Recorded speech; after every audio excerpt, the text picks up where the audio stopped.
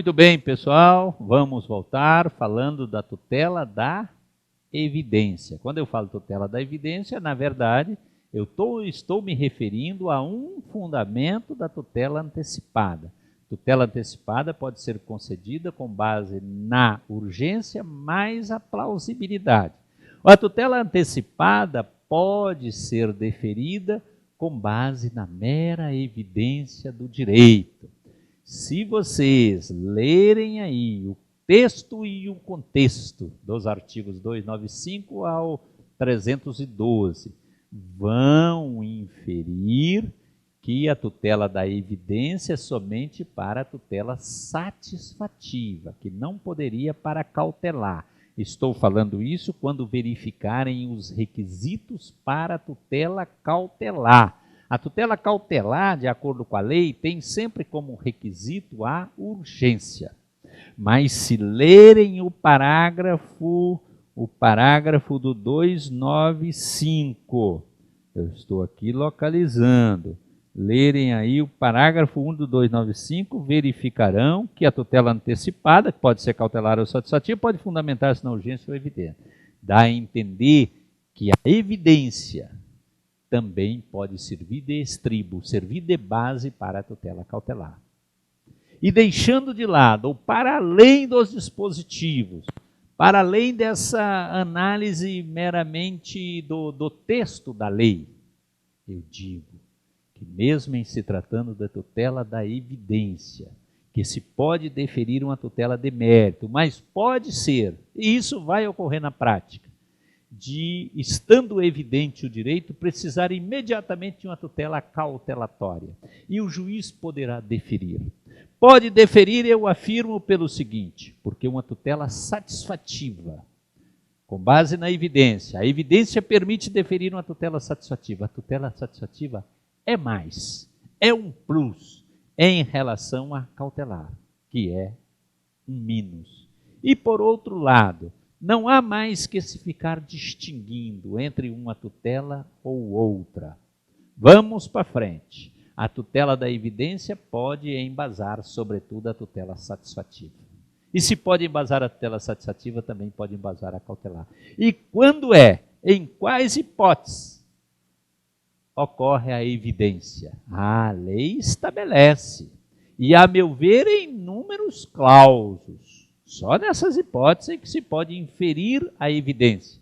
E em se inferindo a evidência, você pode dispensar o perigo da demora ou o perigo decorrente da demora da prestação jurisdicional. E quais são as hipóteses? As hipóteses estão no artigo 306. A tutela da evidência será concedida independentemente da demonstração de perigo da demora da prestação jurisdicional, quando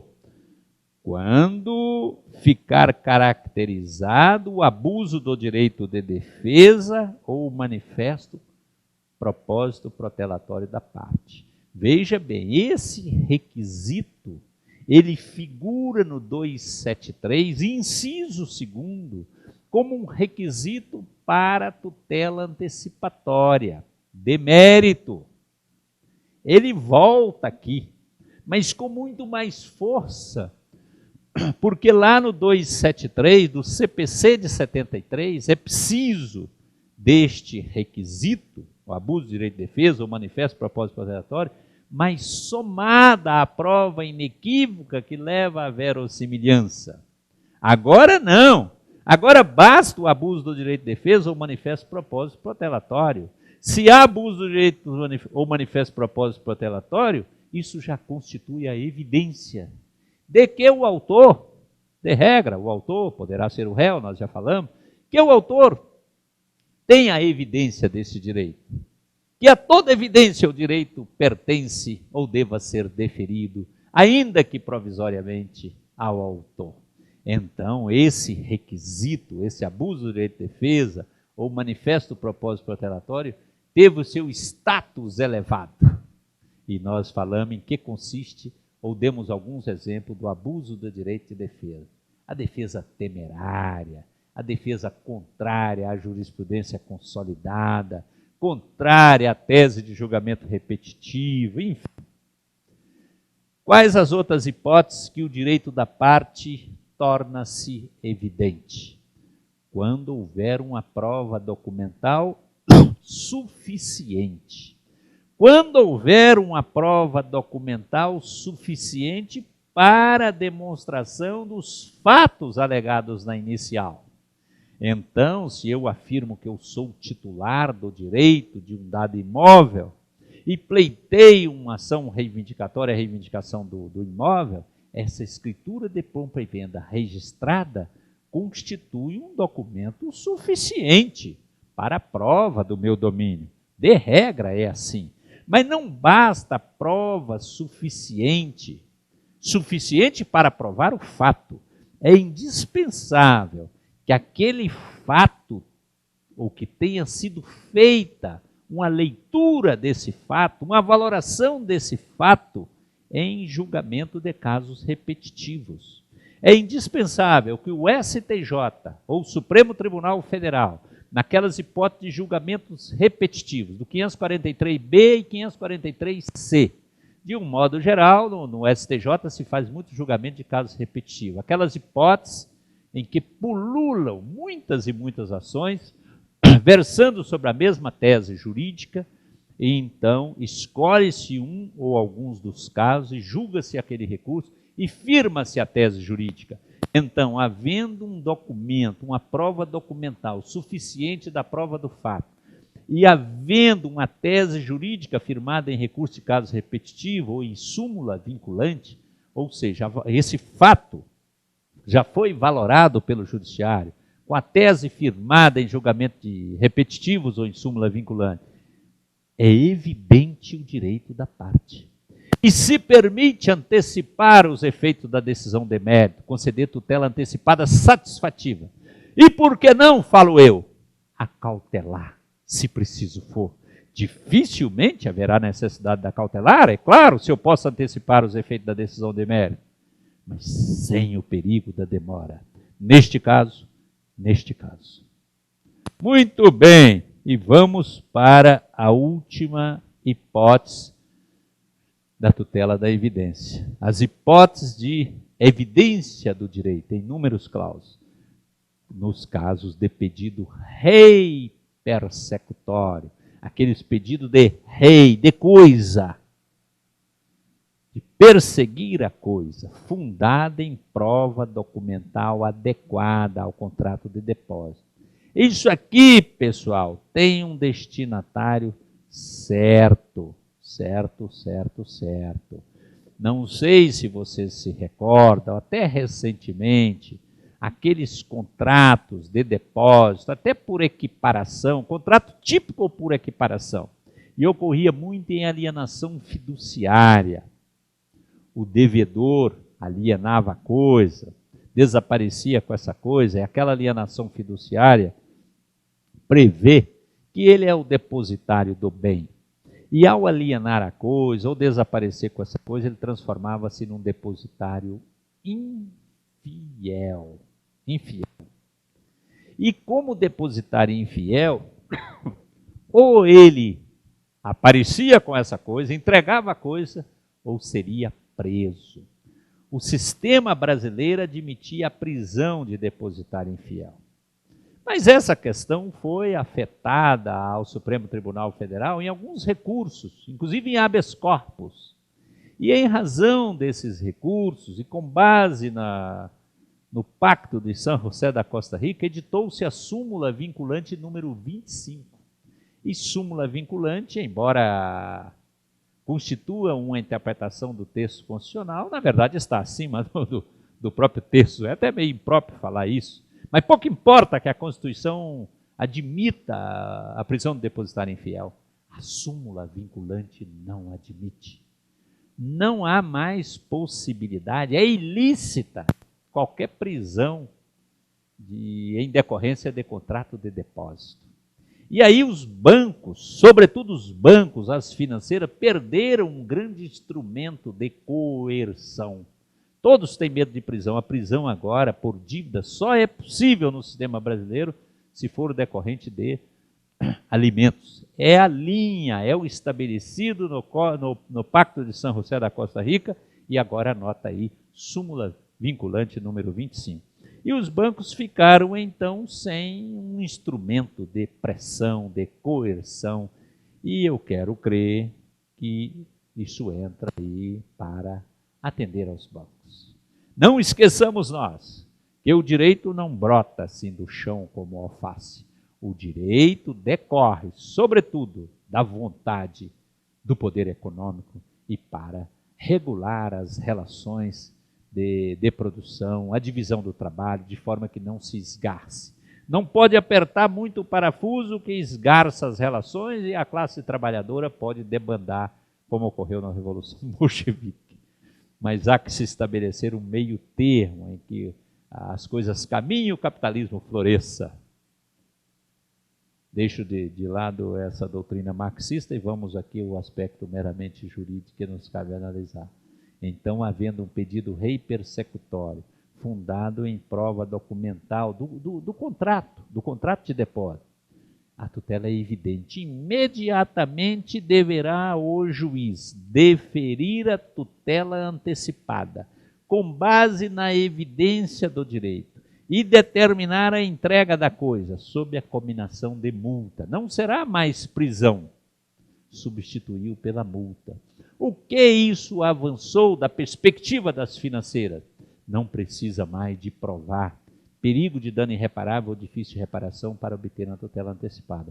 Não, basta provar. Ô juiz, olha aqui, eu sou banco, sou financeira, tenho um contrato aqui de depósito, esse cidadão é o depositário, pode ser um depositário judicial também, né, pessoal? E então, o meu direito é que eu pegue a coisa de volta. O contrato está vencido por uma razão ou outra, e o juiz, então, de plano, determina que se entregue a coisa sob pena do pagamento de multa. E eu dou continuidade aqui à leitura do dispositivo. Ler a lei é fundamental. Parágrafo único do 306. A decisão baseada nos incisos 2 e 3 deste artigo pode ser proferida liminarmente. Pessoal, se a tutela da evidência, de regra, tutela satisfativa, mas nós falamos que pode ser também cautelar, com base no abuso do direito de defesa, ou manifesto propósito protelatório, ou com prova documental suficiente, mais tese jurídica firmada em julgamento de caso repetitivo ou em súmula vinculante.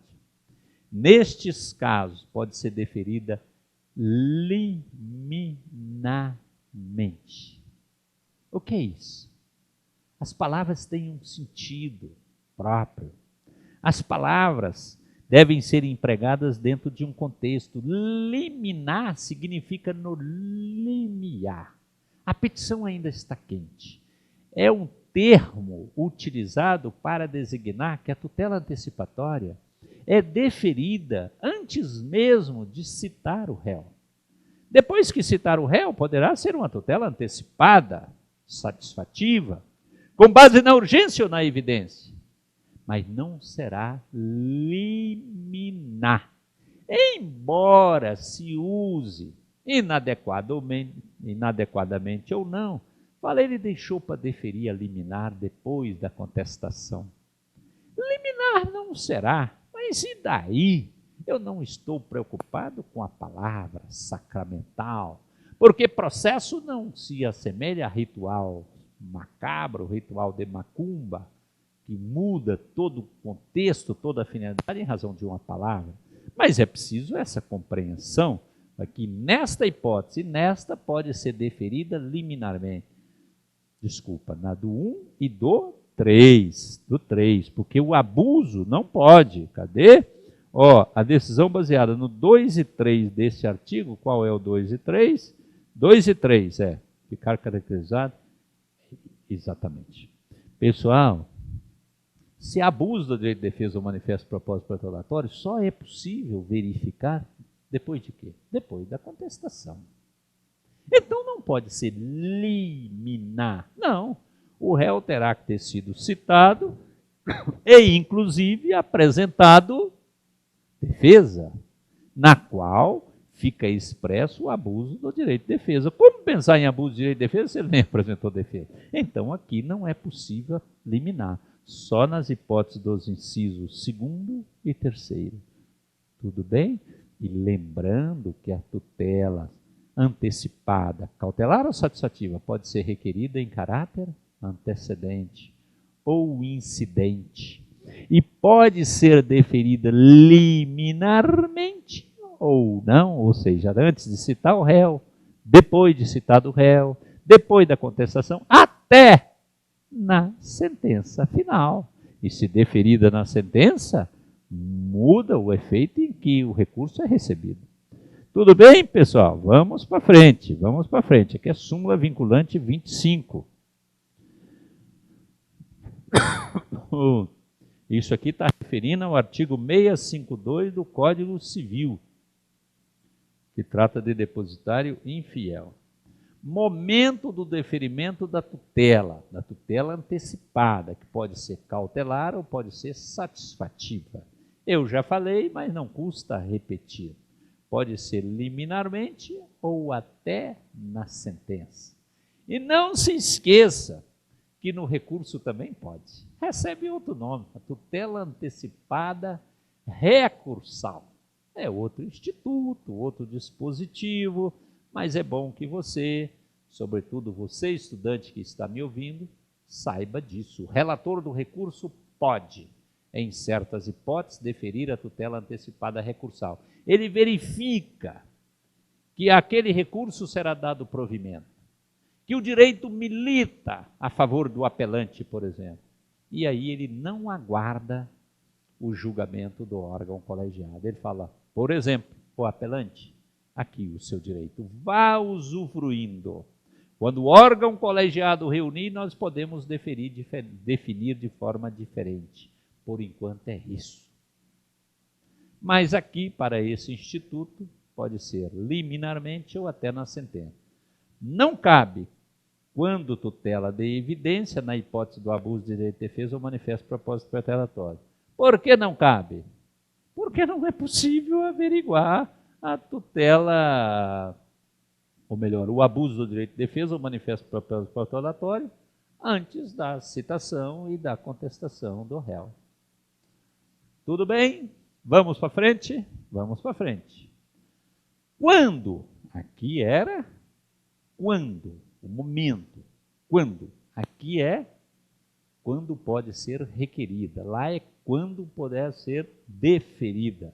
Podia até estar invertido, mas não tem problema não. O melhor seria inverter.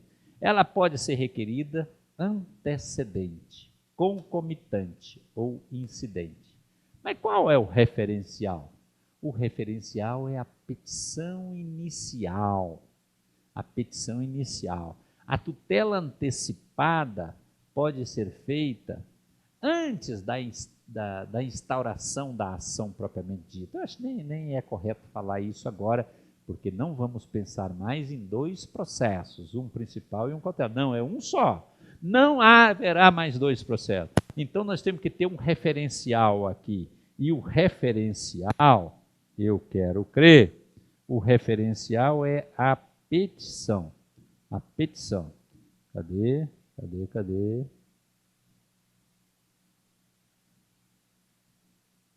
Muito bem. Aqui. Agora sim, eu vou pegar aqui uma canetinha e vamos lá.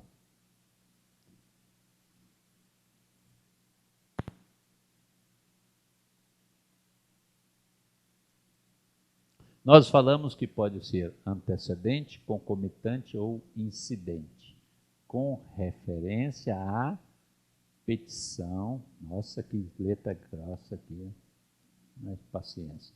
Petição inicial. Esse é o nosso referencial. Diminuir essa letra porque ninguém aguenta isso. Bacana. Esse é o referencial. Então, a tutela, tanto a cautelar quanto satisfativa, vamos pensar primeiro na cautelar, pode ser requerida antes da petição inicial num sentido de completude, ela pode ser requerida antes da petição inicial, na qual se pleiteia a tutela final, a tutela de mérito. Também a tutela antecipada pode ser requerida antes da petição inicial completa. A tutela antecipada de mérito satisfativa pode ser requerida via petição inicial incompleta. Depois isso se completa. Não haverá duas petições iniciais, não. Mas se requer antes de completar essa petição inicial, de forma a viabilizar o prosseguimento do processo. Poderá ser concomitante, ou seja, eu requeiro a tutela cautelar junto com a petição inicial completa, com todos os requisitos. Hoje do 282, amanhã vai mudar o artigo, mas os requisitos continuam mais ou menos o mesmo. Poderá a tutela cautelar e a satisfativa ser apresentada juntamente, concomitantemente, no bojo, no contexto da petição inicial. Que diferença tem esta e esta? Ambas na petição inicial.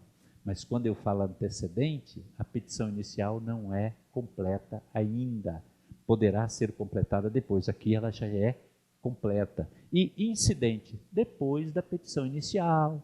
Às vezes depois da citação, às vezes depois da contestação, até antes um pouco da sentença. Tudo bem? Tudo bem. Vou apagar isso aqui, que essa escrita está muito feia. Não quero salvar. Muito bem. Até aqui, tudo certo?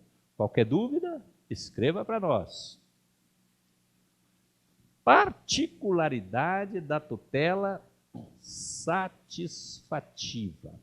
Nós falamos aqui, isso é muito importante para a sua compreensão, que tanto a tutela cautelar quanto a satisfativa pode ser requerida em caráter antecedente ou concomitante.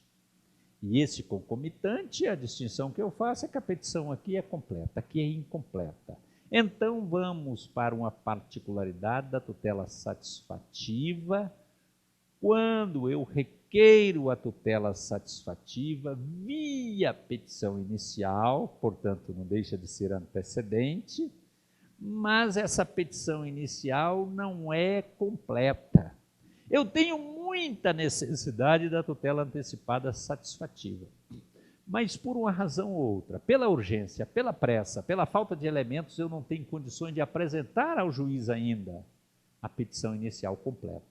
No sistema vigente atualmente, 273, para você pleitear uma tutela antecipada concomitante com a petição inicial tem que ser completa. Se ela for incompleta, o juiz manda emendar. Se você não emendar, indefere a inicial e extingue o processo sem julgamento do mérito. Nessa sistemática, pessoal, você poderá pleitear a tutela satisfativa e a cautelar também, mas eu estou falando de satisfativa. Via petição inicial incompleta. Depois você terá um tempo para emendá-la. Mas, diferentemente do sistema atual, que o juiz te dá um prazo tal para você emendar, como se tivesse errado, é um vício, senão... Não, você tem um procedimento todo próprio. Há essa previsão. E a lei fala, eu me refiro ao artigo 304, que é quando a urgência é contemporânea à propositura da ação. No momento em que você está elaborando a petição inicial, você tem urgência. Esse negócio de ser contemporânea pode ser anterior à petição. Mas o que importa é que a urgência existe. A urgência está prevista no momento da elaboração da petição inicial. Ela pode ser até anterior, mas naquele momento ela é contemporânea. Eu tenho pressa de usufruir este direito. E aí a petição inicial pode limitar-se a indicar. A petição inicial poderá ser incompleta, a lei autoriza. No sistema atual, se ela for incompleta, o juiz nem aprecia seu pedido de tutela antecipatória. O único despacho que ele dará é emende a inicial, sob pena de indeferimento.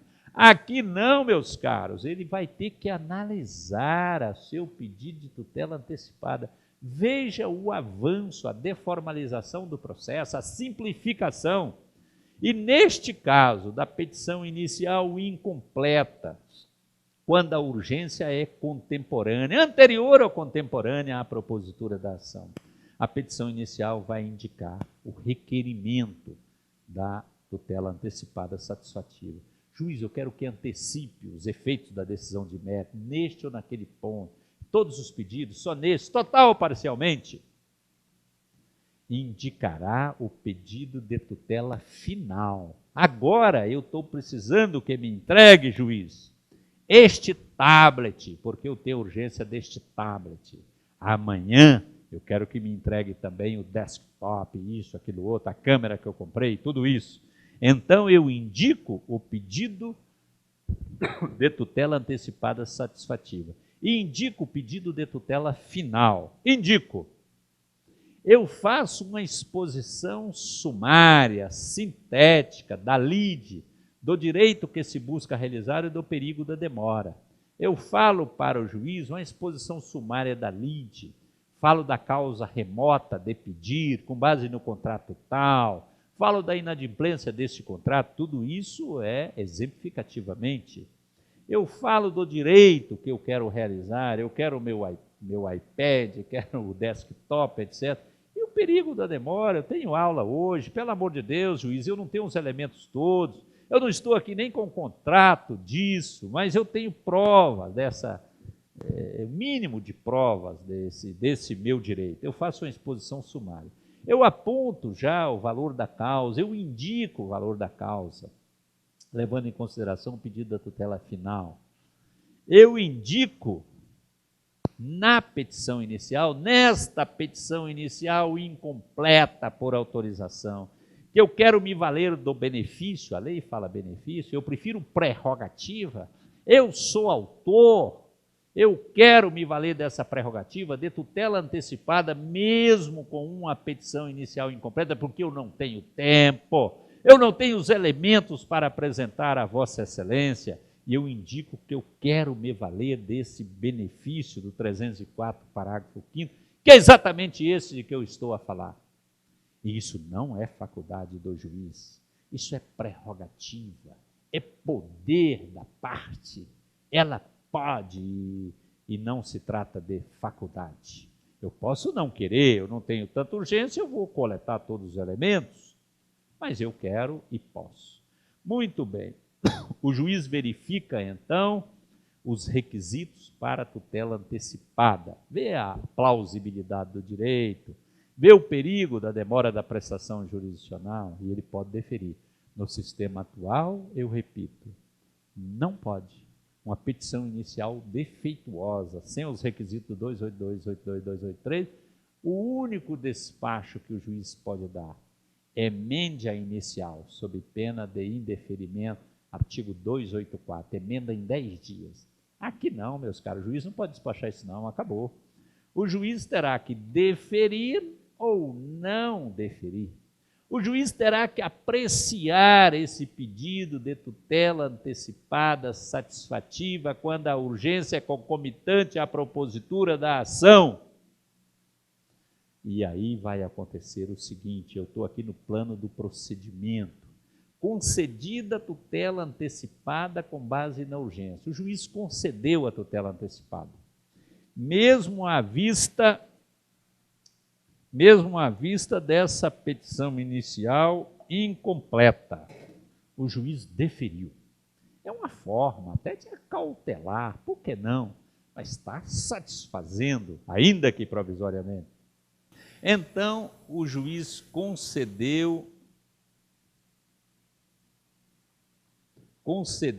a tutela antecipada satisfativa com base na urgência. O que vai acontecer? 15 dias, ele fixará 15 dias, ou um outro prazo maior, quer ver, vamos lá, nada como olhar a lei. Olhar a lei é fundamental. Artigo 304. Vamos lá. 304.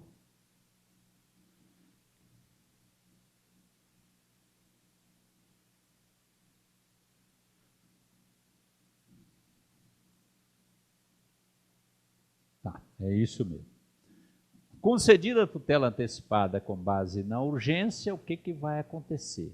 O autor vai ser intimado para completar a petição inicial. E o juiz dará a ele 15 dias ou outro prazo maior. Aqui está faltando, outro prazo maior, fixado pelo juiz para efetuar o aditamento da petição inicial. Aí ele vai poder completar, pessoal. Completar a fundamentação, narrar com mais detalhes a causa remota, a causa próxima, os fundamentos, juntar documentos, tudo isso. Complementar, ele poderá complementar a argumentação, apresentar novos documentos, confirmar o pedido de tutela final. Isso é um procedimento aí do 304. Não feito o aditamento, o que ocorre? Ele apresentou lá atrás uma petição inicial incompleta, ele falou que era incompleta, que ele queria se valer desse benefício ou dessa prerrogativa, tudo bem, o juiz não pode negar, é a lei que atribui essa prerrogativa, mas se ele não fizer o aditamento, extingue-se o processo sem julgamento do mérito. E a tutela antecipada cessa, passa a ser um nada.